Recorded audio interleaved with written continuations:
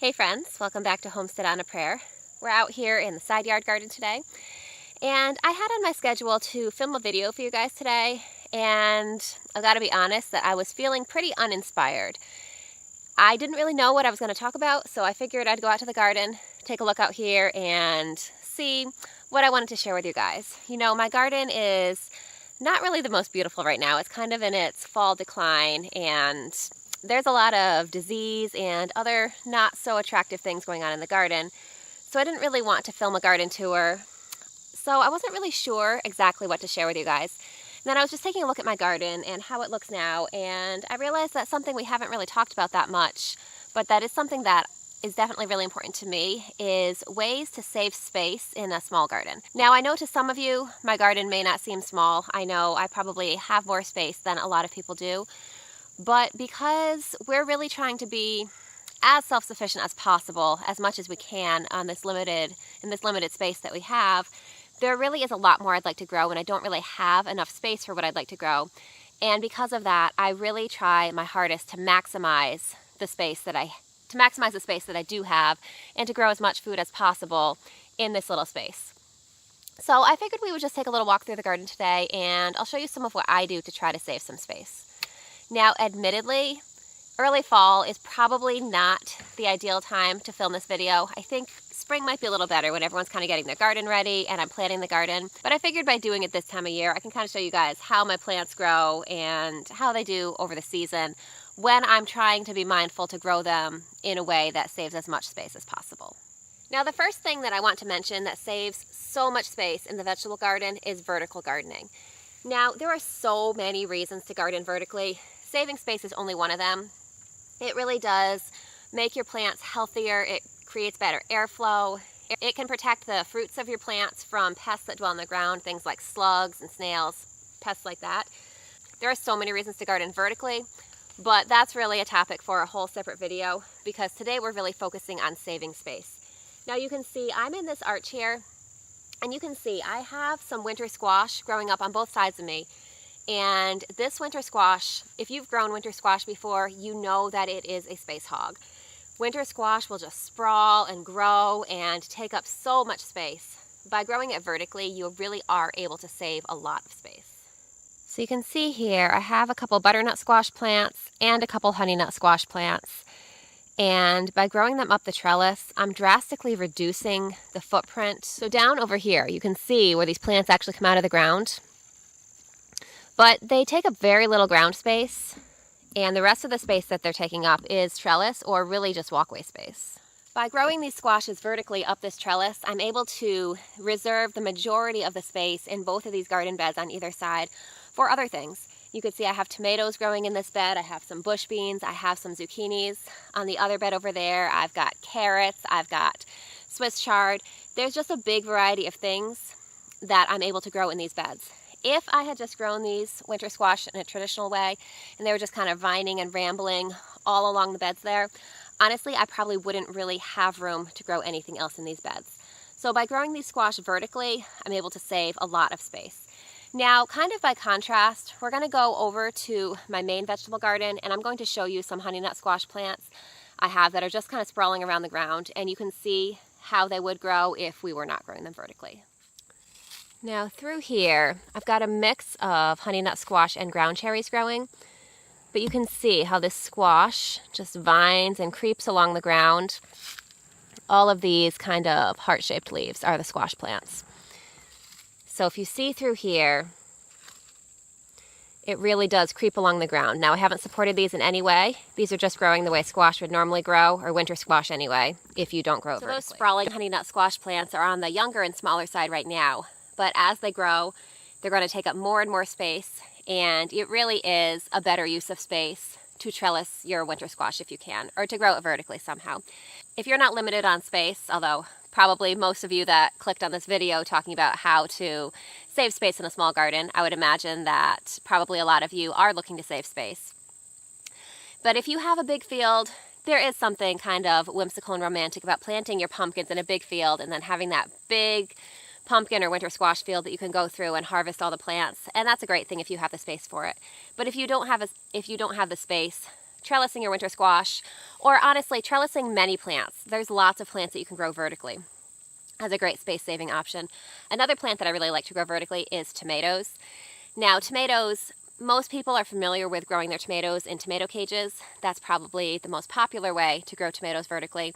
I personally find that by growing my tomatoes on a trellis wall or something like that, I find that that is a much better, a much stronger and more effective way to trellis my tomato plants than using a tomato cage. But that's another plant that you definitely want to consider growing vertically. Pole beans can be grown vertically, cucumbers.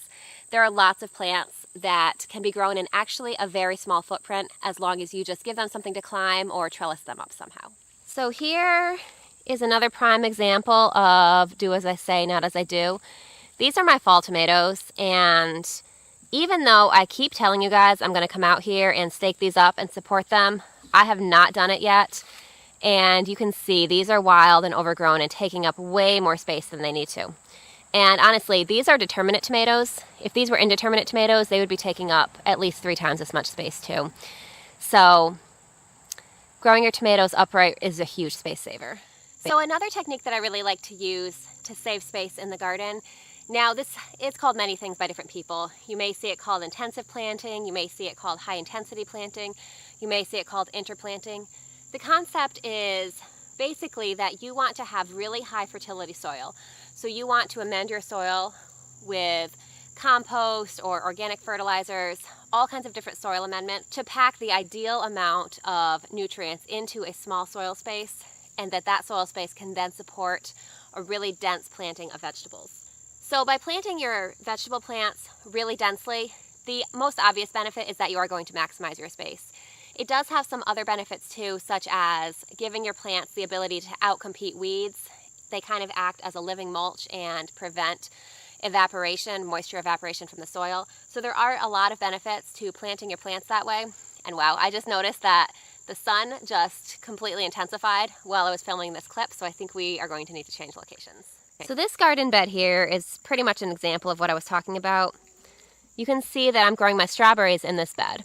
Now, I just planted them this year, so I knew they weren't going to be taking up a lot of space yet. So along with the strawberries, I interplanted some bush beans, I interplanted some calendula. I have some zinnias here that are really just more for beauty and attracting pollinators than actual food production. But you can see through here, along with the strawberries, I was able to pack quite a bit into this space. You can see I've even got some bush beans that are ready to harvest in here.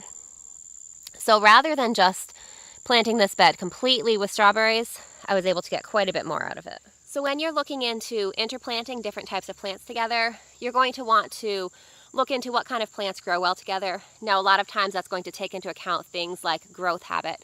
So for example, if you have something that stays low to the ground and really sprawls, that can make a really good mulch, a really good companion plant for something that maybe grows really tall and doesn't have a large footprint. In many cases, those plants can really be beneficial to each other.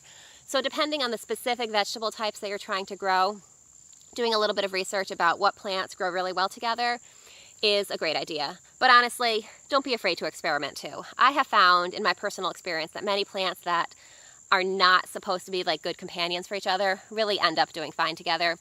And other plants that supposedly do well together don't always work well for me. So don't be afraid to experiment and just give it a try. Another way that I like to practice kind of intensive planting or interplanting is when you're planting a plant that is ultimately going to be very large but starts out really small. For example, if you watched my garden tours at the beginning of the season, you saw that I did this with broccoli and lettuce. I had a bed designated for broccoli, and I planted the broccoli. But knowing that the broccoli plants are ultimately going to be very large, I left quite a bit of space between them. Of course, when I planted them, they were little seedlings, not taking up that much space at all. So what I did was I planted lettuce really thickly in between the broccoli plants, and that lettuce it was a symbiotic relationship that was beneficial for both the broccoli and the lettuce. The broccoli provided some shade for the lettuce, which kept it from bolting quite as early. The lettuce provided a living mulch for the broccoli, which kept the soil from drying out. So they really worked really well together. And for the purposes of this video, what it did was it allowed me to make use of that space between the broccoli. By the time the broccoli plants got really huge and really needed that full space, I was able to harvest the lettuce, and then the broccoli could have the space. But that way, just look for little places in your garden where you may have space that's temporarily unused. And in many cases, you can find something with a really short maturity date to make the best use of that space. Now, in the case of the lettuce doesn't mind a little shade. So even if the broccoli grew, the lettuce wasn't quite ready to harvest yet and the broccoli shaded it out, that still would have been completely fine too. So the next thing that I'd like to do to make the most use of space possible is called succession sowing. Now, succession sowing, sometimes, depending on how you do it, can require a little bit of planning to really maximize your space, which honestly, I do a little bit of planning, but sometimes I just wait and see what spaces I have available, and then I think about what seeds do I have that can fill those spaces and make the best use of that space. Now, this bed right here that we're sitting by was where I grew my summer potato crop. Now, potatoes, they take a couple months to mature, but they don't take the entire growing season. We harvested these potatoes together. Honestly, can't remember exactly when it was. I want to say maybe late July. So I still had several months of growing time that I could be using this space for. So you can see here, I planted some more tomato plants. These are planted in hopes of being able to get a second crop, a fall crop of tomatoes. And then in other parts of the bed here, you can see I put some zucchinis here. I just stuck a couple zucchini seeds in the ground because zucchinis are a really fast maturing crop, and that's something that I should be able to get a harvest from before the frost comes. And behind the zucchinis, you can see that I planted quite a few bush beans as well. And you can see I am actually starting to get beans. Some of those, it's not going to be too long before they can be harvested. Bush beans are another really fast maturing crop, so it's something that's great for succession sowing. So it's nice to have a few fast maturing plants kind of in your back pocket that you know you can throw in somewhere when you need to make the best use of space.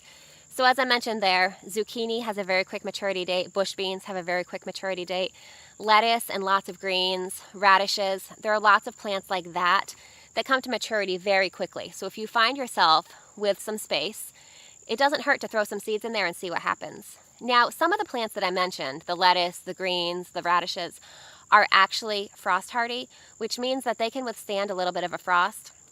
So I have been going through my garden. I've been looking for any empty spaces that I have, and I've been sowing seeds for things like lettuce and cold hardy Asian greens, plants like that I know will be able to extend my harvest into the fall. Which, incidentally, I didn't have that on my list of things to talk about, but another way to really maximize the amount of harvest you're able to get in a small space is to take into account the time of year. Really push the boundaries with your first frost date and your last frost date as much as you can. If you can add a little bit of simple season extension into your repertoire, that can definitely help maximize your potential harvest too. So one last thing that I want to mention today, and this is not a hard and fast set in stone rule. I mean, really none of these are. Just kind of experiment, see what works for you. But one thing that I want to mention is that you may want to take into account the amount of yield that you're going to get for the amount of garden space that a plant takes up. Now, some examples would be things like a pole bean versus a bush bean. Now, a pole bean is a much larger plant than a bush bean. But when you trellis your pole beans, what you'll find is that a pole bean plant and a bush bean plant take up roughly the same amount of space. What you're going to find, though, is that you're going to get a significantly higher yield from a pole bean plant. Now, I am not saying don't grow bush beans. I grow bush beans. I find that bush beans are great to stick in between other larger plants. They're also great, as we mentioned before, because they have a really quick maturity date. So there's definitely a use for bush beans in the garden. But if you have a small space and you're looking to maximize the amount of yield that you can get in that small space, as long as you are able to trellis your pole beans, you'll find that pole beans, for the most part, will give you a greater yield than an equal amount of bush beans. Another way that you can apply that same principle is by looking at tomatoes. Now, an indeterminate tomato, for the most part, is going to give you a larger yield than a determinate tomato. Assuming that you've trellised both of those plants, as far as garden footprint space they take up, and they'll take up about the same amount of space. Now, I'm not saying don't grow determinate tomatoes. There are plenty of great reasons to grow determinate tomatoes. A really nice advantage of determinate tomatoes is if you're planning to preserve them, they do tend to give you the whole crop all at once. And if you're planning to make tomato sauce or something like that, having the whole crop come out at once can definitely be an advantage. But if your biggest goal is the maximum amount of harvest in the smallest amount of space, that's something else to take into account. That indeterminate tomatoes, while they don't yield their crop at once, they're going to yield more gradually. For the most part, over the course of the entire season, they will yield more than a determinate tomato plant. So again, not a set in stone rule, just something to to really be thinking about and play around with it. And I encourage you to just see what works for you guys. And if any of you have any tips that I didn't mention for saving space in a small garden, I would definitely love to hear them. I'm sure anyone who's watching this video would love to get tips from you as well. And I will say, I am always kind of trying to push the boundaries of how much food I can grow in the amount of space that I have. So if you have any other tips, I would love to hear them as well. So thank you guys so much for hanging out with me today. I hope that you enjoyed walking through my garden that, as I said, is kind of experiencing its fall decline. It definitely is not as beautiful and picturesque as it was during the spring and early summer, but I'm still definitely enjoying it, and I hope that you do too. So thank you so much for walking through the garden with me. I hope you're having a great day, and I can't wait to see you soon. I'll see you next time.